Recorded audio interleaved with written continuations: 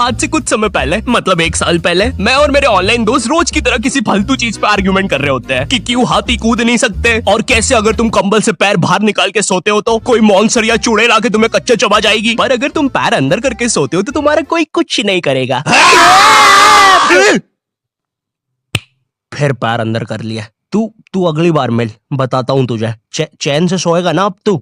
ले तेरा light on कर दिया, अब ठंड में बिस्तर से उठना पड़ेगा। ले तेरा पंखा भी ऑन कर दिया अब तो ऐसी किसी बात पे आर्ग्यूमेंट चल रहा होता है, तो उसी बीच न जाने मेरे दिमाग में क्या आता है और मैं बोलता हूँ, तुम लोग अच्छे लोग हो, हमें मिलना चाहिए। ये सुन के भैया सन्नाटा मच गया। हाँ क्या बोला तूने? आयु तुझे पता है ना ऑनलाइन दोस्त कभी मिल नहीं सकते। इनफैक्ट ऑनलाइन दोस्त जैसी तो कोई चीज ही नहीं होती, हम सब तो रोबोट है। आयु तू हमारा दोस्त हो ही नहीं सकता, हम जा रहे हैं। फिर उन लोगों ने एक दूसरे के गले में हाथ डाला और न जाने क्यों गुस्से में डोरेमोन का थीम सॉन्ग गाने लग गए, वो भी तमिल में।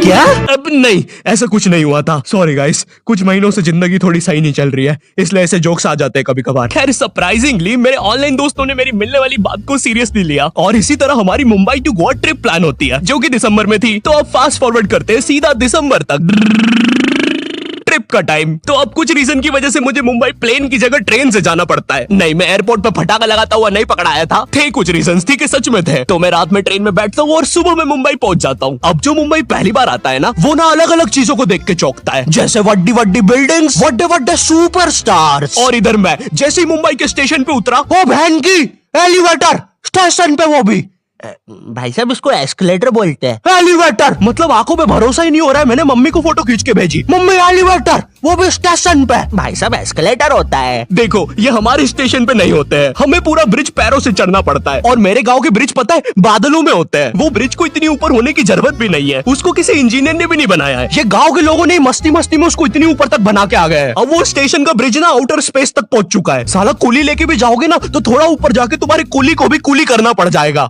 भाई साहब कुली करना पड़ेगा। अरे किया तो है तुम्हें? अरे आपको ने मुझे कुली करना पड़ेगा। रुको, कुली। हाँ जी भैया, इन्हें ऊपर तक छोड़िया हो यार। अरे पागल हो क्या मियाँ, ऊपर तक जाना है तो स्पेस सूट किधर है तुम्हारा? और ऑक्सीजन सिलेंडर लेके आए कि नहीं? ऊपर ऑक्सीजन बहुत कम है, हम लोग क्या बहुत ऊपर खड़े हैं मियाँ। देखो यहाँ से वो माउंट एवरेस्ट भी दिखता है। देखो आज की रात तो हमें ये सीढ़ियों पे सो के गुजारनी पड़ेगी, ऊपर पता नहीं कहाँ के खूंखार जानवर घूमते हैं। और सबसे जरूरी बात, हम लोगों के बीच में मैं सोऊंगा। मुझे मुंबई से अपने स्टेशन जाने में 10 घंटे लगते हैं, और फिर अपने ही शहर के स्टेशन से घर जाने में 6.25 महीने। अब तुम बोलोगे नॉट योर टाइप, तो बहुत ही विलेज पीपल है। हाँ तो ठीक है, हूँ मैं, नहीं होते हमारे यहाँ पे एक्सेलरेशन। भाई उसको एस्केलेटर। वीडियो को आगे बढ़ाते हैं। मुंबई जाने से पहले मुझे ऐसा लगा था कि वहाँ पे सब लोग मचाएंगे, टेढ़े चाले सीधे चाले, इस तरीके से बात करते होंगे। तो मैं भी ना फुल रेडी था। मैं स्टेशन से बाहर निकला और एक ऑटो रोका। तो सबसे पहले तो मैंने अपनी ट्रेन में खरीदी हुई 24 कैरेट आइस डायमंड चेन आगे करी। मैंने 20 रुपए में खरीदी थी, आगे अपना टाइम आएगा भी लिखा था, क्योंकि मुंबई में थे यार, थोड़ी अमीरी दिखनी चाहिए। कौन है अंबानी? है किधर रहता है वो? है क्या उसके पास ये? तो वो ऑटो वाला पूछता है किधर जाओगे? इधर मैं फुल मुंबई के स्वैग में। क्या बोलते ऑटो वाले चाचा, अंधेरी चलोगे क्या? चलो ना, मचाते ना अंधेरी में चल के। अंधेरी में तुम उजाला लेके आओ। ऑटो में क्यों बैठे हो? लैम्बोर्गिनी लाओ। ये अंधेरी में तुम आओ। क्यों चाचा? अरे भाग मादर है, कड़कती धूप में मुजरा दिखा रहे मेरे को। अभी भी ज्यादा दूर नहीं गए, ऑटो से चीप सकता हूँ। हम लोग हमारे मुंबई के अपार्टमेंट आ जाते हैं, वहाँ पर थोड़ा सा रेस्ट करते हैं, क्योंकि स्टेशन से अपार्टमेंट तक तो हम भगते भगते आए थे। वो ऑटो वाला पीछे पड़ा था ना। क्यों पीछे पड़े हो हमारे? जाओ ना। नहीं मजाक कर रहा हूँ। 700 रुपए की टैक्सी करनी पड़ी थी अपार्टमेंट तक। 700 रुपए की। 700 रुपए पता भी है कितने होते हैं? 700 रुपए में पता है तुम मुंबई में क्या क्या कर सकते हो? तुम कर सकते हो 700 रुपए में तुम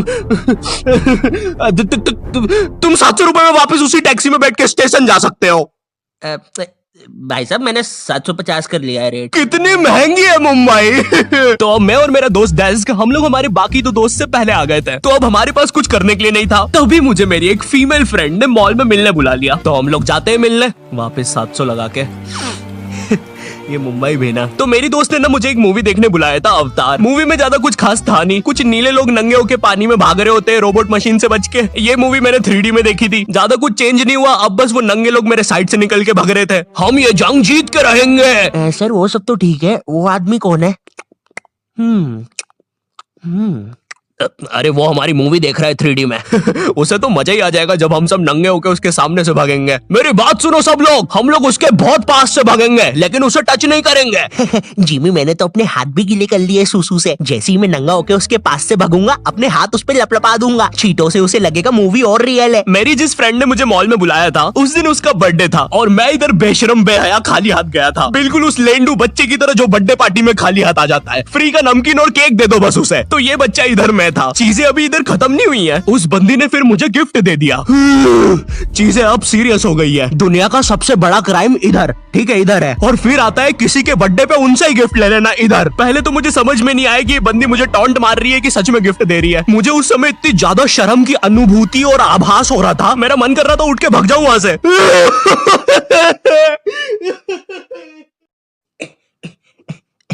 अरे वो बाहर बहुत गर्मी है ना, इसलिए मैंने सोचा स्प्राइट पी लूं आके। और पेरी पेरी फ्राइज भी मेरे फेवरेट है।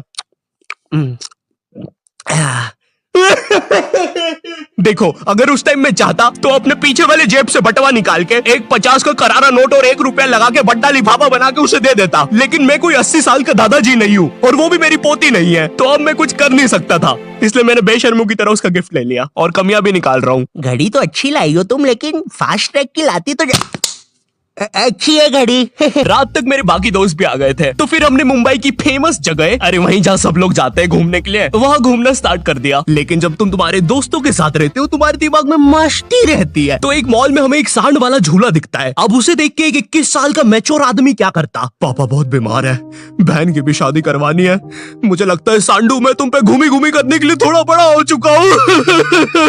लेकिन मेरे 21 साल के दोस्त ने क्या किया, घूमी घूमी। अब यहाँ एक सांड को दूसरे सांड पे चढ़ता हुआ देख हमें भी मस्ती छूटी। हम भी भाग के वो झूले के पास, भैया और तेज चलाओ, भैया और तेज, भैया और चलाओ तेज। मैं मुंबई में एंग्री प्रास से भी मिला था। उन्होंने मुझे अपनी बिल्ली से खेलने दिया था और अपना मास्क भी पहनने दिया था। अच्छा चलो मास्क मैंने बिना पूछे पहन लिया था, कैमरा फुटेज में तो आ ही गया हूँ मैं वहाँ पर अपने मैनेजर सौरभ भैया से भी मिला था। हम लोग मुंबई में लास्ट में जुहू बीच पर गए थे। वहाँ पर सब कुछ बढ़िया था, ठंडी ठंडी हवाएं चल रही थी, सब कुछ बढ़िया था। लेकिन फिर आसमान में कहीं से उड़ने वाली बंदर प्रजाति छा गई। ये बंदर प्रजाति फुग्गे की बनी थी। मेरा नाम है बुबली बंदर, मैं इंसानियत पे कब्जा करने आया हूँ, तो चुपचाप अपने घुटने।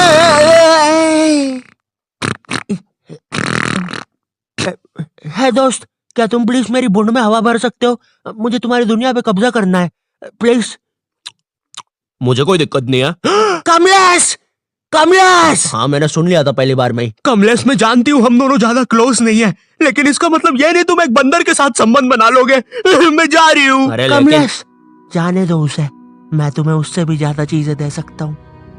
मुंबई के बाद हम लोग निकलते हैं गोवा के लिए। गोवा काफी चिल जगह थी। मैं वहाँ पर काला भी हो गया था दिन भर बीच पर धूप में भटकने के कारण। सच में वहाँ पर धूप तो बहुत ही ज्यादा थी, मतलब इतनी ज्यादा कि जमीन के अंदर से लोग बाहर आ रहे थे या अंदर जा रहे थे। कोई मुझे बताएगा ये क्या हो रहा है यहाँ पे? गोवा में तुम ऐसे बीच पे राइड्स वगैरह कर सकते हो, जैसे जेट स्की। इसमें ना तुम्हें आगे टंकी पे बिठा लेंगे बच्चे की तरह और पानी का एक चक्कर काट के वापस ले आएंगे। ये चलो ना।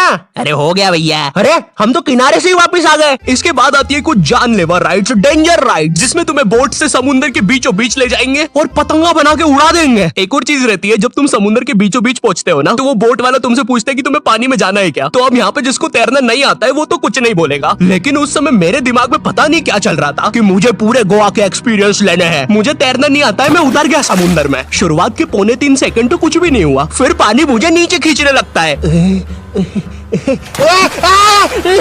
ये तो कुछ भी नहीं, अब मैं बोट से भी दूर जा रहा हूँ धीरे धीरे। भैया भैया भैया भैया घंटा नहीं सुन रहा मेरी बात, मेरी इधर फटी पड़ी है, मैं कुछ भी चिल्ला रहा हूँ पानी में।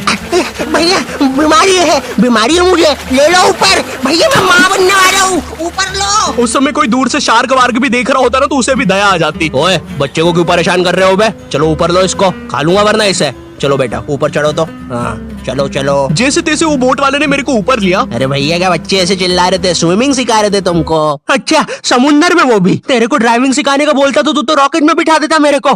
पागल। सबने ना मेरा बहुत मजाक उड़ाया कि पानी में गया बच्चों जैसा रो रहा था, लेकिन वो कहते हैं ना सबका टाइम आता है। हम लोग ना उसके बाद एक बनाना राइड पे जाते हैं, जिसपे तुम्हें एक बनाना शेप चीज पे बिठाते हैं और उसे नाव से खींचते हैं और बीच समुद्र में ले जाके फेंक देते हैं। तुम्हें पहले नहीं बताएंगे कि तुम्हें फेंकने वाले हैं। उसने हम सबको लेके गया और फेंक दिया। अब सब मुझसे भी गंदे रो रहे हैं पानी में। भैया हम मर गए। पीछे लाइफ गार्ड आ रहा है। और भैया इतनी दूर जाओगे तो सच में मर जाओगे। मेरे पास क्लिप पड़ी इधर सबकी रोते हुए, मैं लगा दूंगा।